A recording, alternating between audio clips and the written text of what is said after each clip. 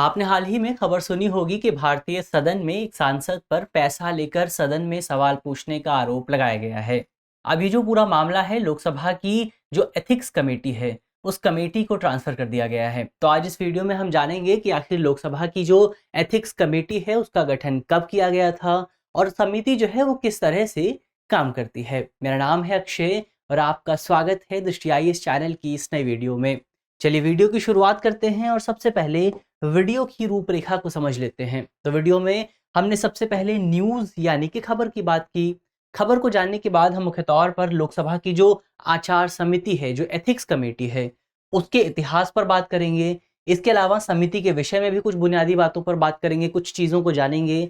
इसके साथ ही शिकायत किस तरह से की जाती है और ये समिति विशेषाधिकार समिति से, प्रिविलेज कमेटी से किस तरह से अलग है, उस पर भी बात करेंगे और अंत में एक सवाल पर भी चर्चा होगी। इसके अलावा यदि इस विषय की बात करें तो ये मुख्य तौर पर सामान्य अध्ययन प्रश्न पत्र 2 से जुड़ा हुआ है और आप इसे भारतीय संविधान और भारतीय राज्य व्यवस्था यानी कि इंडियन पॉलिटी जैसे खंडों से जोड़कर देख सकते हैं। तो चलिए वीडियो की शुरुआत करते हैं और सबसे पहले जो एथिक्स कमेटी है, एथिक्स कमेटी के इतिहास पर बात कर लेते हैं। तो अगर भारत में एथिक्स कमेटी के इतिहास की बात करें तो इसका जो इतिहास है वो साल 1996 में शुरू होता है, जब भारत के जो लोकसभा, राज्यसभा और जो राज्य विधानसभाएं थीं, उनके जो तमाम पीठासीन अधिकारी थे, उनकी एक बैठक आयोजित आयोजित की जाती है नई दिल्ली में।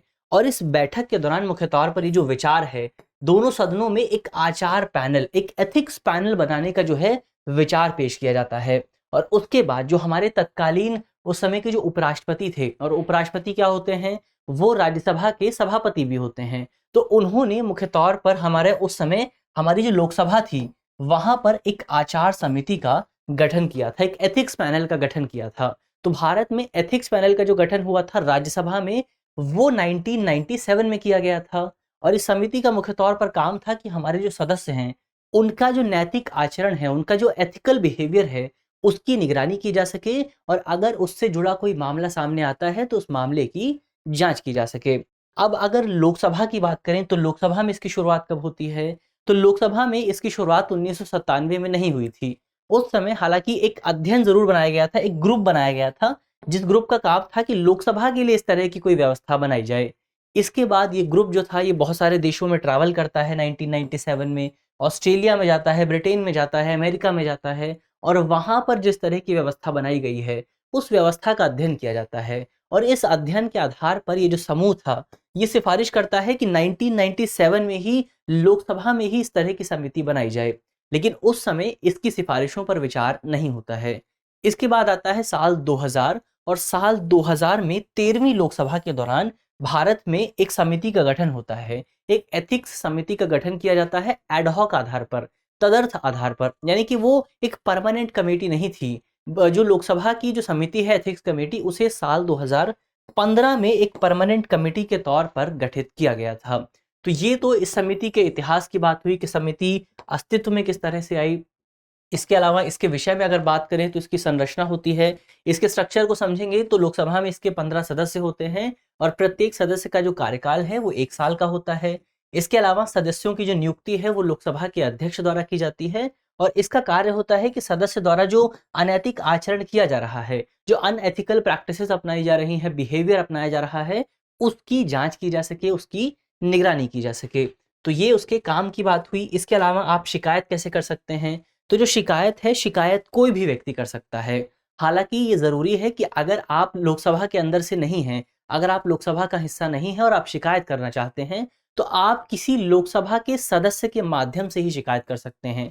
आप किसी सदन का जो एमपी है, उसी का इस्तेमाल करते हुए, उसी के सहारे, उसी के माध्यम से आप शिकायत कर सकते हैं। और अगर कोई गैर सदन का सदस्य शिकायत करता है, तो उसको ये सबूत भी देना होगा कि वो किस तरह का व्यवहार गलत किया गया है, तो उसको उस संबंध में साक्ष्य भी देने होंगे और एक हलफनामा भी दायर करना होगा, एक एफिडेविट भी देना होगा कि जो शिकायत कर रहा है वो शिकायत गलत नहीं है, वो शिकायत परेशान करने के लिहाज से नहीं की गई है। हालांकि यदि कोई सदस्य अगर शिकायत करता है तो सदस्य जो सदस्य शिकायत कर रहा है उसके लिए एफिडेविट देना अनिवार्य नहीं होता है।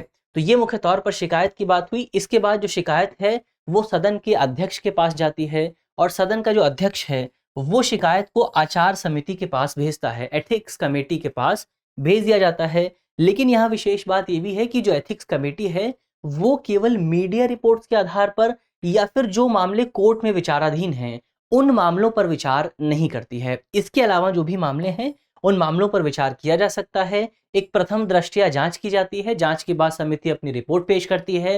रिपोर्ट सदन के अध्यक्ष को पेश की जाती है, लोकसभा के स्पीकर को दी जाती है और लोकसभा के स्पीकर जो है वो उस रिपोर्ट को सदन के सामने पेश करते हैं। तो ये मुख्य तौर पर जांच की पूरी प्रक्रिया हुई। अब अंत में हम इस पूरी समिति का पूरा कंपैरिजन कर लेते हैं विशेषाधिकार समिति से, प्रिविलेज कमेटी से। तो जब हम सदस्यों के आचरण की बात करते हैं, उनको रेगुलेट करने की बात करते हैं, तो वहां पर दो समितियों का जिक्र आता है। पहली है एथिक्स कमेटी और दूसरी है विशेषाधिकार कमेटी, विशेषाधिकार यानी प्रिविलेज समिति। तो यदि कोई मामला है सदस्यों के आचरण से जुड़ा, तो उस मामले को, यदि कोई भ्रष्टाचार का मामला है किसी सदस्य के खिलाफ, तो उस मामले को इन दोनों में से किसी भी समिति के पास भेजा जा सकता है। हालांकि सामान्य प्रैक्टिस ये रही है कि यदि मामला बहुत गंभीर है तो उस गंभीर मामले को प्रिविलेज कमेटी के पास भेजा जाता है, विशेषाधिकार समिति के पास भेजा जाता है। अब विशेषाधिकार समिति की बात करें तो इस समिति को मुख्य तौर पर सदन का जो अधिकार है, सदन की जो स्वतंत्रता है और सदन की जो गरिमा है, जो डिग्निटी है, उसकी रक्षा करने का अधिकार दिया गया है। तो ऐसे में यदि कोई व्यक्ति सदन की गरिमा का उल्लंघन करता है, सदन के अधिकारों का हनन करता है, तो उस व्यक्ति के खिलाफ जो जांच की जाएगी वो जांच करने का अधिकार हमारी विशेष समिति को होता है। तो इस तरह से विशेष समिति के जब हम दायरे की बात करते हैं तो उसमें न केवल व्यक्तिगत मेंबर शामिल होते हैं, इंडिविजुअल मेंबर शामिल होते हैं, बल्कि उसमें पूरे सदन को शामिल किया जाता है। इसके अलावा ये जो विशेषाधिकार समिति है, जो प्रिविलेज कमेटी है, ये कमेटी मुख्य तौर पर सदन के सदस्यों के अलावा जो सदन के गैर सदस्य हैं उनके खिलाफ भी जांच कर सकती है। लेकिन जब हम एथिक्स कमेटी की बात करते हैं तो एथिक्स कमेटी केवल जो सदन के सदस्य हैं उन्हीं के खिलाफ जो मामला आता है उनकी जांच कर सकती है, जबकि विशेषाधिकार जो समिति है, जो प्रिविलेज कमेटी है, वो किसी भी व्यक्ति के खिलाफ जांच कर सकती है, चाहे वो व्यक्ति सदन का सदस्य हो या फिर ना हो। तो ये हमने इस पूरे मामले पर बात कर ली है। अब अंत में इस पूरे विषय से जुड़े एक सवाल को भी देख लेते हैं। सवाल जो है प्रीलिम्स का है और आप कमेंट बॉक्स में सवाल का जवाब दे सकते हैं। आज का हमारा सवाल है कि लोकसभा में आचार समिति यानी कि एथिक्स कमेटी का गठन कब किया गया था। हमारे ऑप्शन है, ऑप्शन ए साल 2000, साल 1997, ऑप्शन बी साल 2000, ऑप्शन सी साल 2005 या फिर ऑप्शन डी साल 2015। तो आप कमेंट बॉक्स में सवाल का जवाब दे सकते हैं। सवाल बहुत आसान है, अगर आप वीडियो को ध्यान से देखेंगे तो आपको सवाल का जवाब वीडियो के अंदर ही मिल जाएगा। तो जवाब देना बिल्कुल भी ना भूलें। इसके अलावा यदि आप इस वीडियो की पीडीएफ चाहते हैं तो इसकी पीडीएफ आपको हमारे टेलीग्राम ग्रुप पर मिल जाएगी और टेलीग्राम ग्रुप का जो लिंक है वो वीडियो के डिस्क्रिप्शन में होगा। तो ग्रुप से जुड़ना बिल्कुल भी ना भूलें। हमारे चैनल को सब्सक्राइब करें, वीडियो को शेयर करें, लाइक करें। मिलते हैं आपसे अगली वीडियो में, तब तक के लिए धन्यवाद।